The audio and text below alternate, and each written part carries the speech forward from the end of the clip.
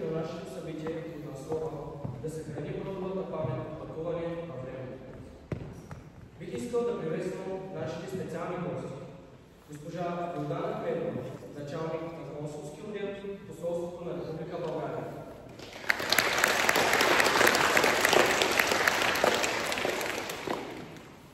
Госпожа Итка Зарубова, представител на Българското културен институт в град Прага.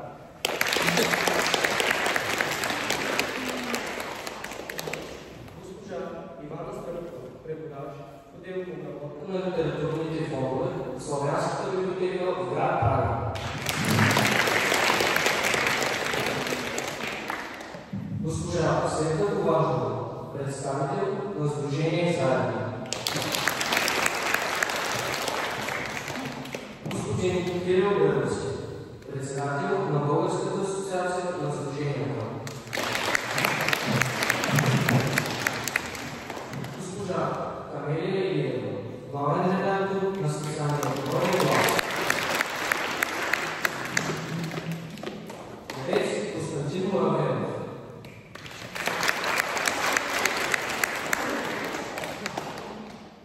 Госпожа Светлана Васова, дългогодишен учител, учещ език в Българското училище в град Прага.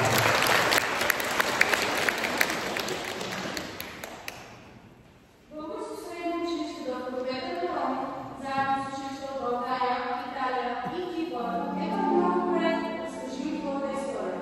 Организирано сдружение НИЕ, Център за развитие на човешките ресурси по програма Erasmus+.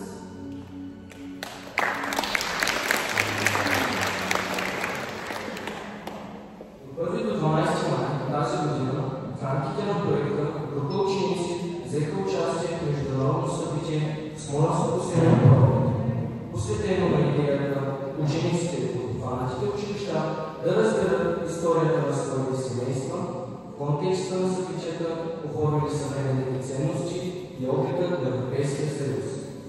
Целта на проекта е да могат да разказват своите истории, да опознаят културата и традициите, както на родната си страна, така и на страната, в която живеят. Представените участници в проекта: 1.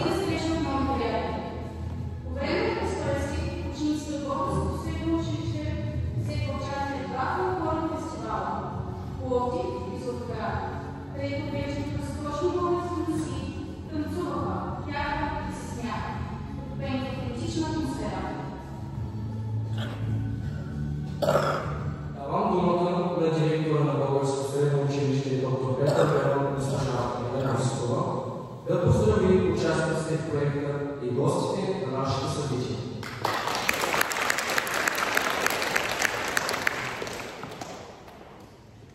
Уважаеми гости, скъпи ученици и колеги, приятели на Българското училище в Прага.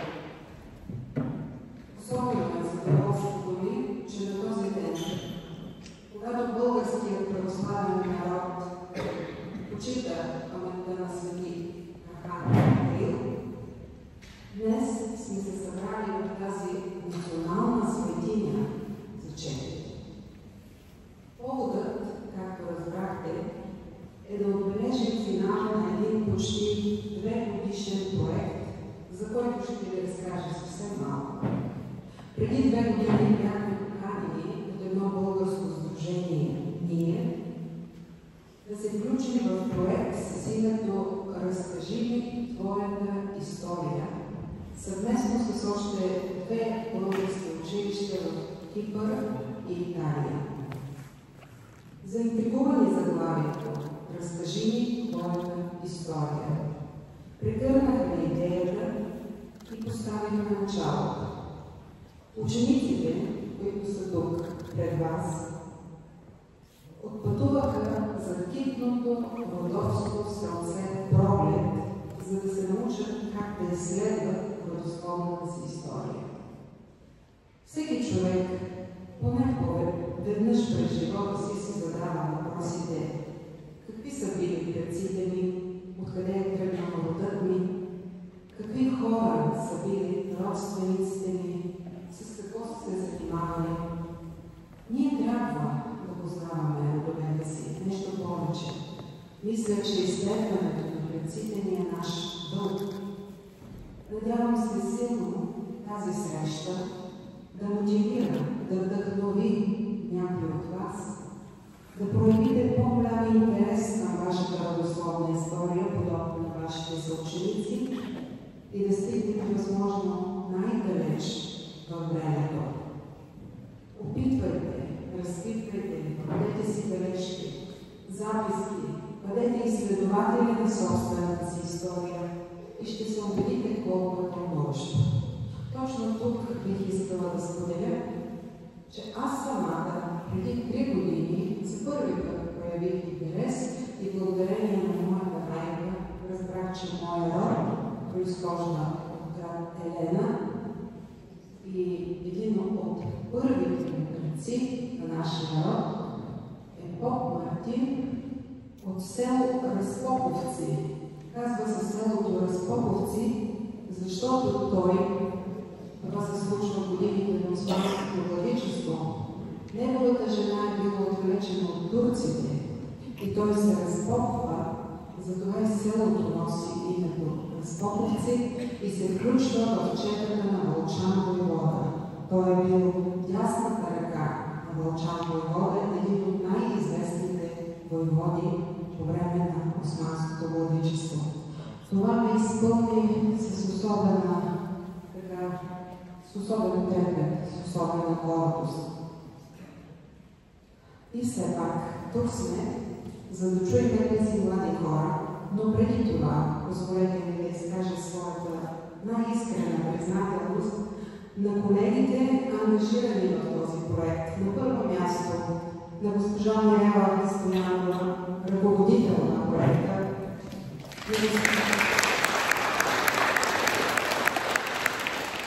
и господин Иван Метовски,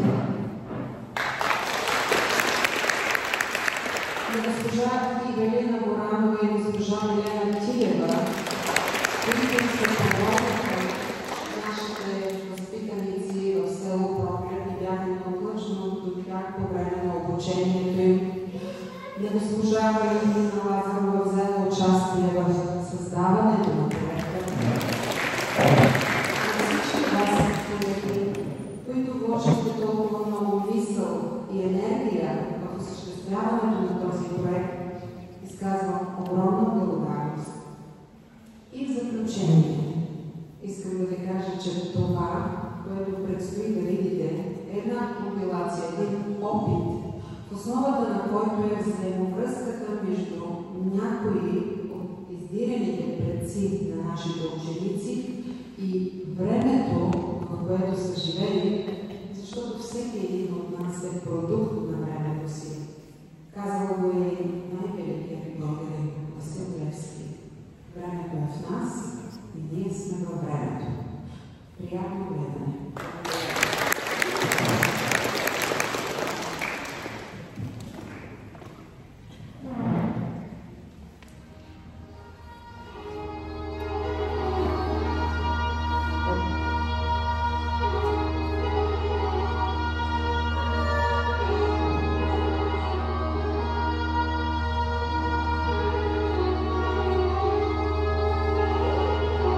Thank you.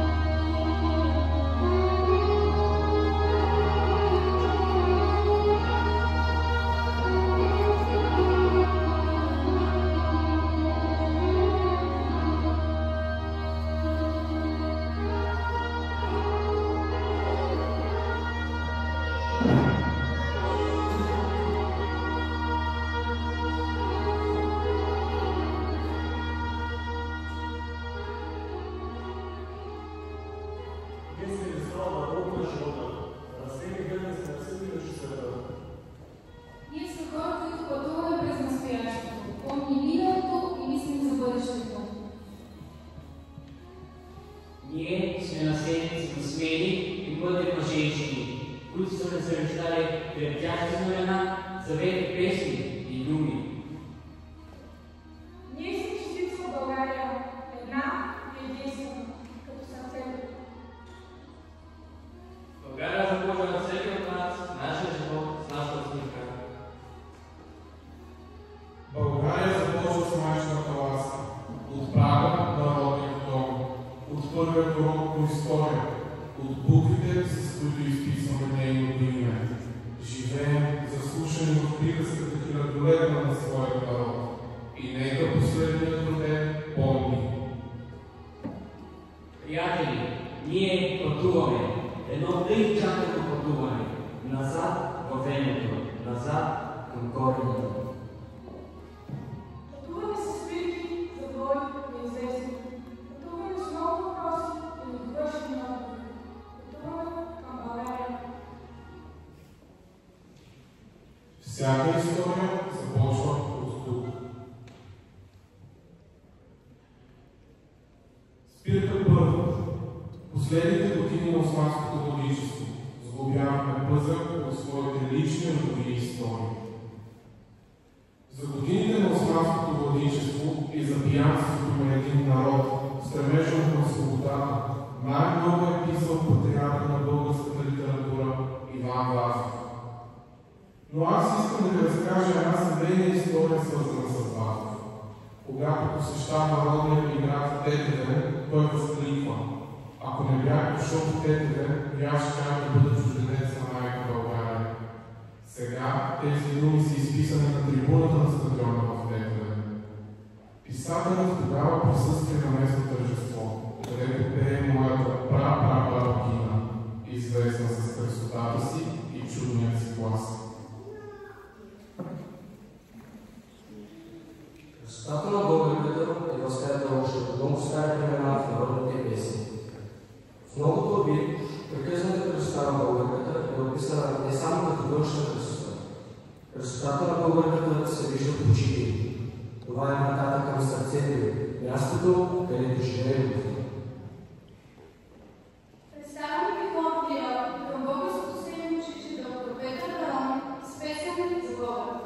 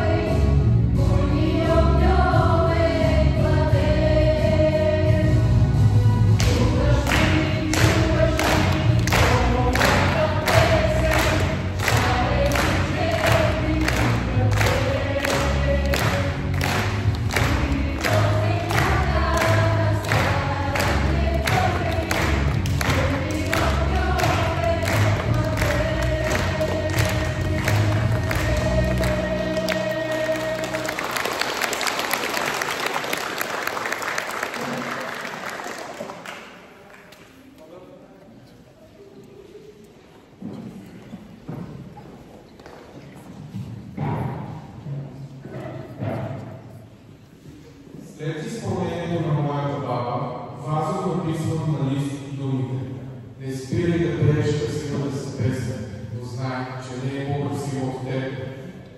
След този паметен ден, песента остава завинаги в душата на баба ми и се предава на техният син Тодор. Аз съм Георги Василков и идвам от Молдова, а паспорта ми е пише в България. Моите български корени са още по-различни от време на българския град Твърдица. Има данни за заселването на българи в Бесарабия, още през ранна Руската Виктория. Най-много общество се случва през 1820 година, 1830 година.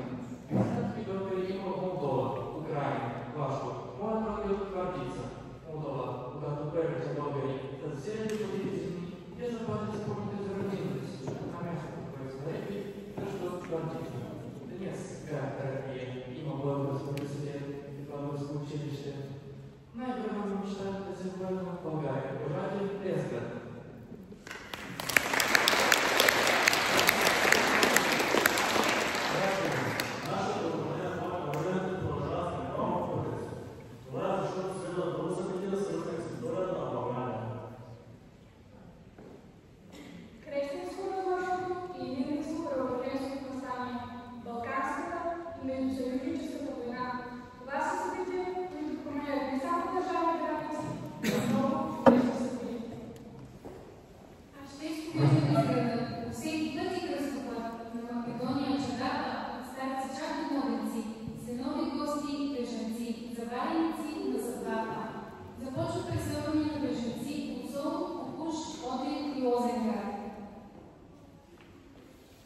Моите родове са част от тези преселници. Преди повече от 100 години, когато Балканите са разделени от дърва война, прародителите ми бягат в търсене на спасение и се селят в моята родина. Обачна линия идват от Лозиград, днешна Турция и се преселят в село и Запад Тимово, Бургаско. По майчина линия се преселят от Костур, днешна Гърция, Бургас. Гордостта на рода ни за долу Григоров Манолов завърши мъжка гимназия в Екатерина Криволас, член на Български червен кръст, един от главните участници в спасяването на евреите, както сестрата на прапратя, която за времето си е много образована. Завърши медицина в Софийския университет и работи в София. По време на Балканската война роднините ни участваха в сражения. И моят брат Дамян Велков също участва във войната. Той се сражавал смело при Хавала и бил мъчен на днешна граница. Там своите войници се придвижвали пеш или с каруца, теглени от волове. Дядо ми Дамян е един от малкото, които се завръщат живи в селото. И някога за бъдобрата едва ли ще ударя час. Вода изсуша, необятен, света ще бъде сън за нас, а Варда, Дунав и Марица, Балкана, Странджа и Пирина ще грее една до гроб зарица, след споменът един. Българите, Балканската война набрава 66 000 офицери и комисии, 100 000 ранени. Участието на България в Балканската война е едно от най-слабите страни средновечни и военни репресии. Той е анализа за стремежа на народа към свобода и национална цялост. Кратък пример. Само 20 години по-късно започва Втората световна война. Война, която прекарава много света. Хиляди семейства са разделени, хиляди деца стават старци. Синът на онзи прапрадед, за който споменахте, прадедът ми Спас Дамян Велков. Той е участник във Втората световна война на главите при Сърци и Сърбия, като разузнавач, предава сведения по телеграф. Там загиват хората в селото, дядо се връща с Малария и спомня на сражението. Забравен нощ от щика на руски войни. Ето го. Втората световна война преброява на света. Като правят част на войната, България е преживяла значителни загуби и промени, които оформят дължно по страната за десетилетия напред и променят личните съдби на хиляди българи.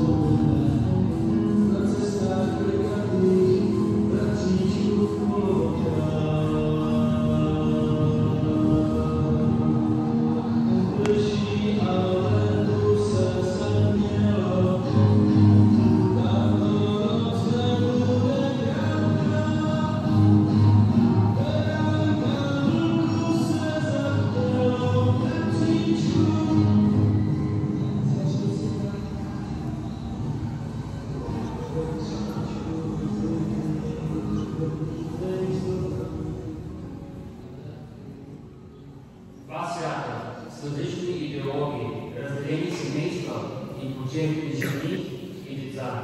Част от българите са отново мобилизирани и изпратени в Чехословакия. Знаели ли са българските войници къде отиват и как тези исторически събития, Чехословакия се променят света? Нашето мнение малко изгледа тези събития. А възрастното говори за тях с удобство. Скъп гост на нашето събитие е госпожица Мария Тинкова, която ще изпълни произведение за пиано Дистерина. Чешкият композитор Петър Азаров.